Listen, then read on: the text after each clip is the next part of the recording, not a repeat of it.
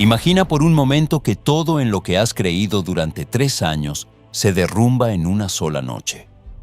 Imagina que has dejado tu casa, tu oficio, tu familia, para seguir a un hombre que decía ser el Mesías, y ahora lo ves arrestado como un criminal. Así vivieron los apóstoles la crucifixión de Cristo. No como estatuas de fe inquebrantable, sino como hombres con miedo, confundidos, quebrados por dentro. Aquella noche comenzó con una cena que parecía una más, pero no lo era.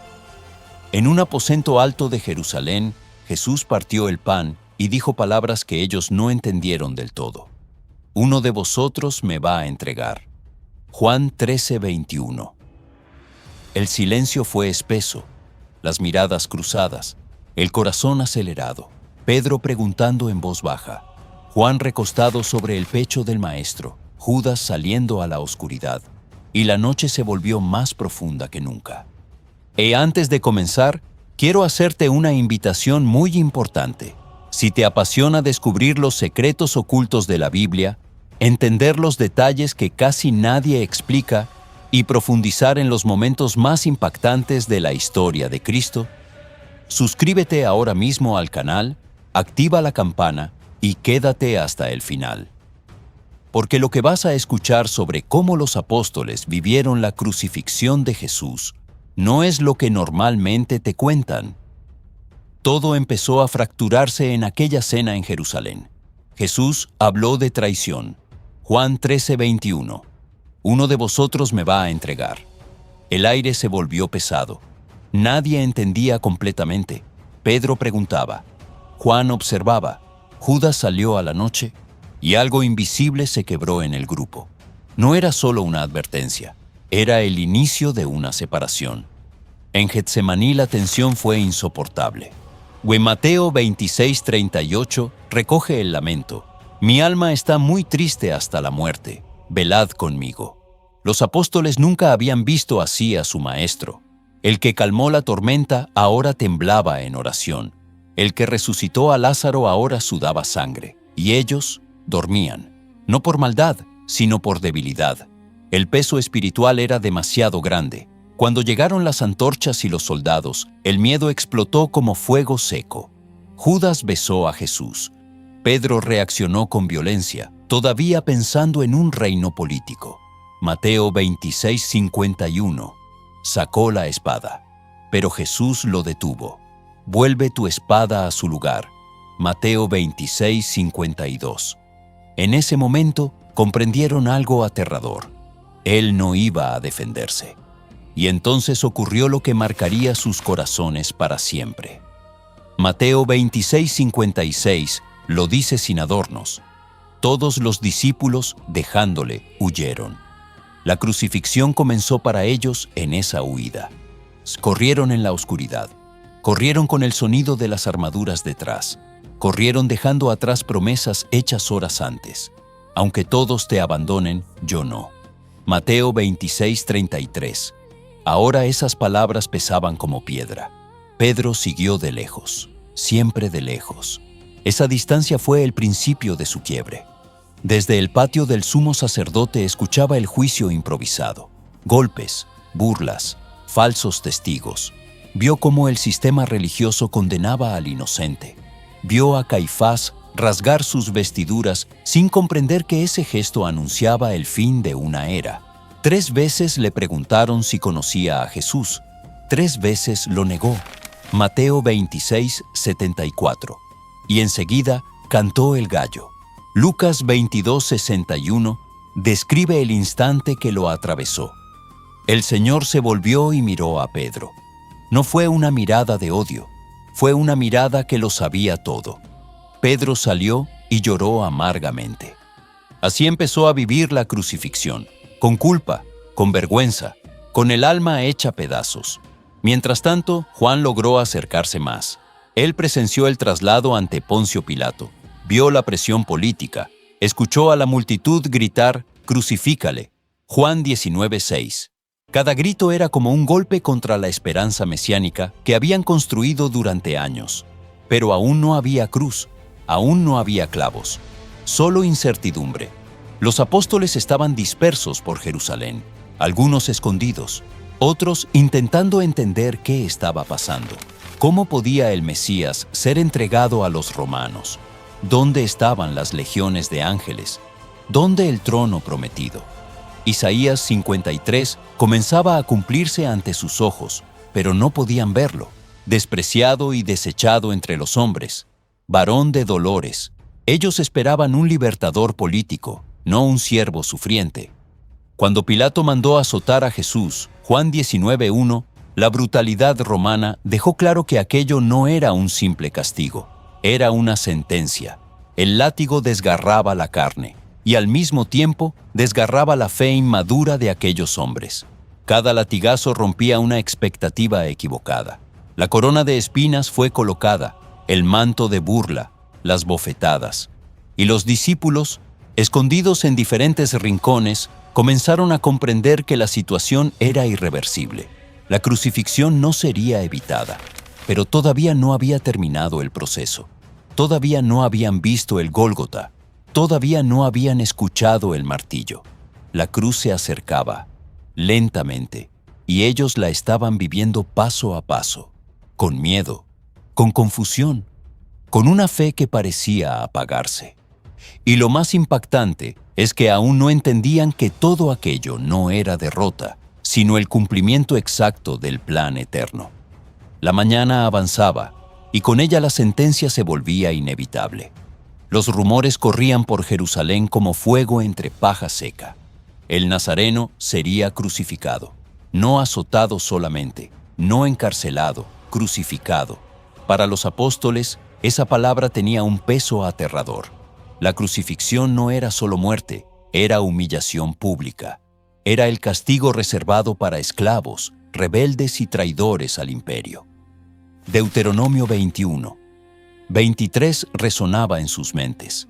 Maldito por Dios el que es colgado en un madero. ¿Cómo podía el Mesías terminar bajo maldición?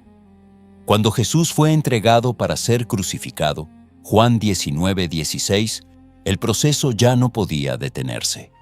La cruz fue colocada sobre sus hombros heridos, la madera áspera rozando la carne desgarrada por los azotes, y comenzó el camino hacia el Gólgota. Algunos discípulos observaban desde la distancia. No se atrevían a acercarse demasiado. El miedo era real. Si Roma identificaba a los seguidores, podían compartir el mismo destino. La crucifixión no solo mataba cuerpos, intimidaba movimientos enteros. Cada paso de Jesús bajo el peso del madero era también un paso que quebraba las expectativas de ellos.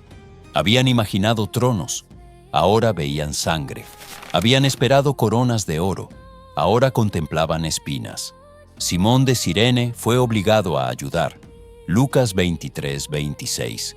Esa escena debió impactar profundamente a los apóstoles. El maestro, debilitado, incapaz de cargar la cruz completa. El que había dicho, yo soy la resurrección, y la vida ahora tropezaba bajo el peso del instrumento de muerte. Cuando llegaron al Gólgota, el lugar de la calavera, el horror se volvió visible. Lo despojaron de sus vestiduras, lo tendieron sobre la madera, y el sonido del primer martillazo rompió el aire. Ese sonido quedó grabado para siempre en la memoria de Juan. Juan 19:18 lo resume con sobriedad. Allí le crucificaron. Pero detrás de esa frase corta hay una violencia indescriptible. Clavos atravesando manos y pies, el cuerpo levantado, la cruz encajada en la tierra con un golpe seco que sacudía cada nervio. Desde lejos, los discípulos miraban. Lucas 23:49 vuelve a decirlo. Todos sus conocidos estaban lejos mirando estas cosas, lejos por miedo, lejos por vergüenza, lejos porque la escena era demasiado brutal. Pedro no podía borrar de su mente la última mirada de Jesús. Cada martillazo era como si se lo dieran a él. Él había prometido morir a su lado, pero ahora solo podía observar escondido. Así vivía la crucifixión, con culpa que pesaba más que la cruz misma. Juan, sin embargo, se acercó más. Junto a María, la madre de Jesús, Juan 19:25. Desde esa cercanía escuchó palabras que cambiaron todo. Padre, perdónalos, porque no saben lo que hacen. Lucas 23:34. En medio del dolor, en medio de la injusticia, misericordia. Aquellas palabras comenzaron a sembrar una grieta en su confusión. ¿Qué clase de rey perdona mientras lo matan? La multitud se burlaba. Los líderes religiosos movían la cabeza diciendo, a otros salvó, a sí mismo no se puede salvar. Mateo 27:42. Y los discípulos, escondidos entre la gente, sentían cómo su esperanza parecía morir lentamente. Pero algo estaba ocurriendo que ellos no podían ver. A cada gota de sangre que caía no era derrota, era cumplimiento. Isaías 53 se desplegaba ante sus ojos sin que lo comprendieran. Por su llaga fuimos nosotros curados. El letrero sobre la cruz decía, Jesús Nazareno, Rey de los Judíos. Juan 19:19. Irónico para Roma, ofensivo para los líderes, misterioso para los discípulos. ¿Rey? ¿Así? El cielo comenzó a oscurecerse. Mateo 27:45 declara que desde la hora sexta hubo tinieblas sobre toda la tierra. La creación misma parecía reaccionar. El ambiente se volvió inquietante, el silencio pesaba más que los gritos. Entonces escucharon el clamor que partió el alma. Dios mío, ¿por qué me has desamparado? Mateo 27:46. Para los apóstoles, esa frase fue devastadora. Si el Padre lo había abandonado, ¿qué quedaba? La crucifixión no fue solo física, fue espiritual, fue emocional. Fue el colapso de todas sus categorías teológicas. Y mientras el cuerpo colgaba entre cielo y tierra, ellos no entendían que estaban presenciando el momento central de la historia humana. Las tinieblas cubrían la tierra, y el tiempo parecía detenido. 3 horas que para los apóstoles se sintieron como una eternidad. El cielo oscurecido no era solo un fenómeno natural. Era como si la creación estuviera conteniendo el aliento. El que dijo, sea la luz, ahora colgaba bajo la sombra. Desde la distancia, los discípulos apenas podían sostener la mirada. La cruz ya no era una amenaza futura, era una realidad irreversible. El cuerpo de Jesús, desgarrado y expuesto, respiraba con dificultad. Cada inhalación era un esfuerzo, cada palabra, un costo. Juan, que estaba más cerca, escuchó otra frase que lo estremeció. Tengo sed. Juan 19:28. El que ofreció agua viva a la samaritana, ahora pedía un sorbo para sobrevivir unos minutos más. Le acercaron vinagre. La escena era cruel, el contraste insoportable. Pedro, oculto entre la multitud, se sentía que su mundo colapsaba. Había visto milagros que desafiaban la muerte, pero nunca había visto a su maestro tan vulnerable. Cada segundo parecía confirmar que el movimiento había terminado. El sueño del reino se deshacía ante sus ojos. Y entonces ocurrió algo que los marcó para siempre. Jesús levantó la voz una vez más. Consumado es. Juan 19:30. No fue un susurro de derrota, fue una declaración, pero en ese momento ellos no lo entendieron. Para los apóstoles sonó como el cierre definitivo, como la última página arrancada del libro que habían comenzado a escribir 3 años atrás. Después, inclinó la cabeza y entregó el espíritu. El silencio que siguió fue más aterrador que los gritos. El cielo seguía oscuro. El viento parecía gemir entre las cruces. Algunos soldados murmuraban. La multitud empezaba a dispersarse. Y entonces la tierra tembló. Mateo 27:51 registra el momento con precisión. El velo del templo se rasgó en 2, de arriba a abajo. La tierra tembló. Las rocas se partieron. Para los líderes religiosos fue un fenómeno inquietante. Para los romanos, un evento extraño. Pero para el mundo espiritual, fue una declaración irreversible. El sistema antiguo acababa de ser sacudido. Los apóstoles no estaban en el templo para verlo, pero pronto escucharían el rumor. El velo, ese que separaba el lugar santísimo, se había rasgado. El acceso prohibido durante siglos, expuesto. Algo había cambiado. En el Gólgota, un centurión romano miró la escena y dijo: verdaderamente este era Hijo de Dios. Mateo 27:54. Esa confesión debió golpear a los discípulos como un eco incómodo. Un pagano estaba entendiendo algo, mientras ellos aún estaban paralizados por el miedo. El cuerpo fue descendido de la cruz. Juan 19:38 relata cómo José de Arimatea pidió permiso para llevarlo. Nicodemo trajo mirra y áloes. Lo envolvieron en lienzos. Todo se movía con rapidez porque el sábado estaba por comenzar. Juan observaba cada detalle: la sangre seca, las heridas abiertas, la lanza atravesando el costado. Juan 19:34. Salió sangre y agua. Ese momento confirmó algo brutal. No había duda. Estaba muerto. Para Pedro, aquello fue devastador. Si había alguna esperanza de que descendiera de la cruz con poder, desapareció cuando vio el cuerpo sin vida. El Mesías no bajó con legiones de ángeles, bajó en brazos de hombres. La piedra fue rodada sobre el sepulcro, pesada, final, inamovible. Y con ese sonido sordo contra la entrada de la tumba, los apóstoles sintieron que algo más quedaba sellado.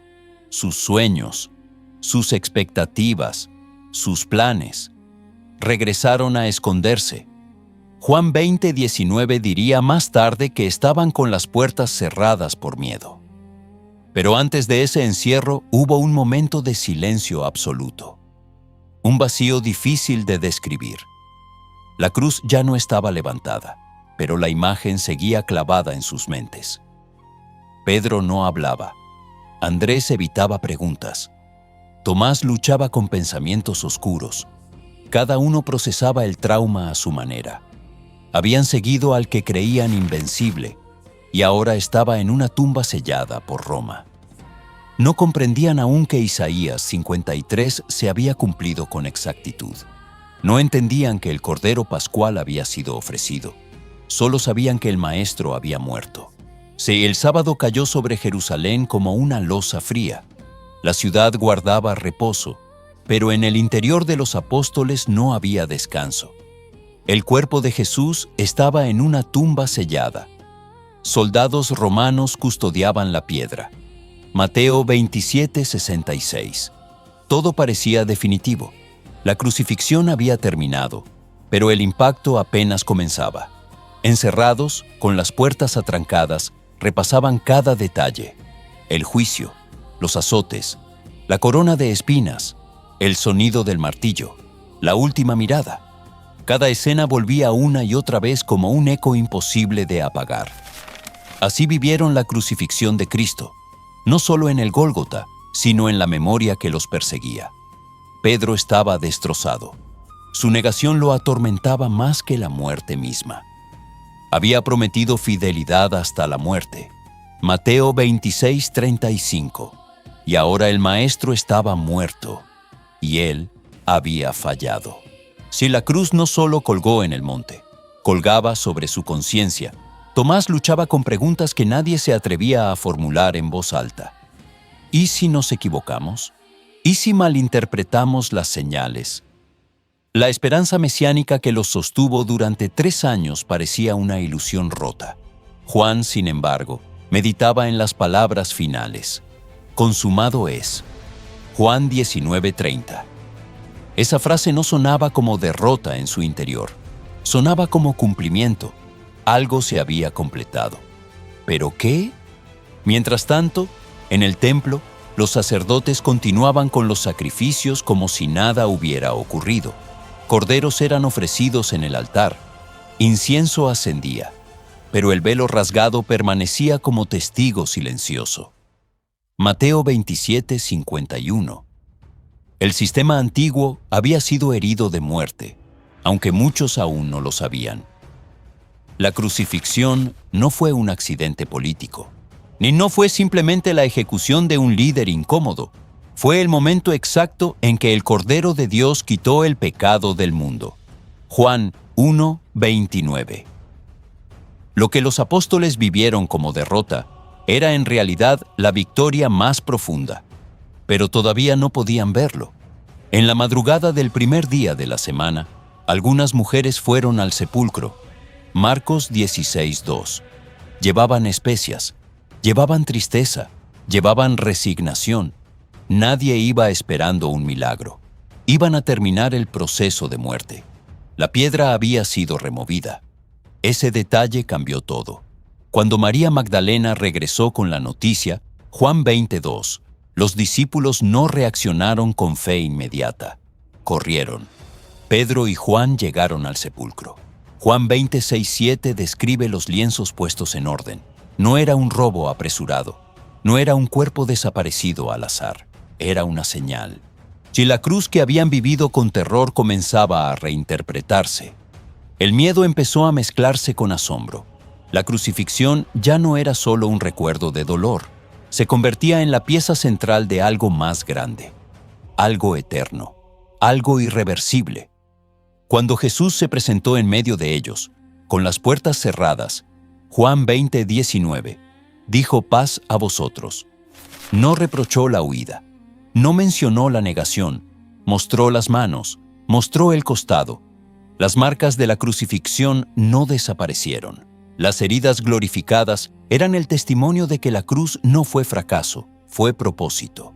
El miedo que los había paralizado se transformó en convicción. La culpa de Pedro sería restaurada junto al mar de Galilea. Juan 21:15. El escepticismo de Tomás sería confrontado con evidencia viva. Juan 20:27. Así vivieron los apóstoles la crucifixión de Cristo, en primero con terror, luego con culpa, después con silencio y finalmente con revelación. La cruz que los hizo huir fue la misma que los envió al mundo. Hechos 1:8. Recibiréis poder cuando haya venido sobre vosotros el Espíritu Santo. Aquellos hombres que se escondieron por miedo a Roma terminaron proclamando en Jerusalén que Jesús había sido crucificado y que Dios lo había levantado. Hechos 2:23-24. La crucifixión no los destruyó, los transformó, porque entendieron que no fue Roma quien tuvo la última palabra, no fue el Sanedrín, no fue el miedo, fue el plan eterno de redención, y ese es el secreto oculto que la cruz reveló. Lo que parecía el fin era el comienzo, y la historia continúa. En cada corazón que comprende que aquel madero no fue derrota, fue victoria eterna. Suscríbete ahora. Dale me gusta a este video y compártelo con alguien que necesita entender el verdadero significado de la cruz. Porque la historia no terminó en el Gólgota, y el próximo video revelará un detalle que casi nadie ha notado sobre lo que ocurrió después de la resurrección.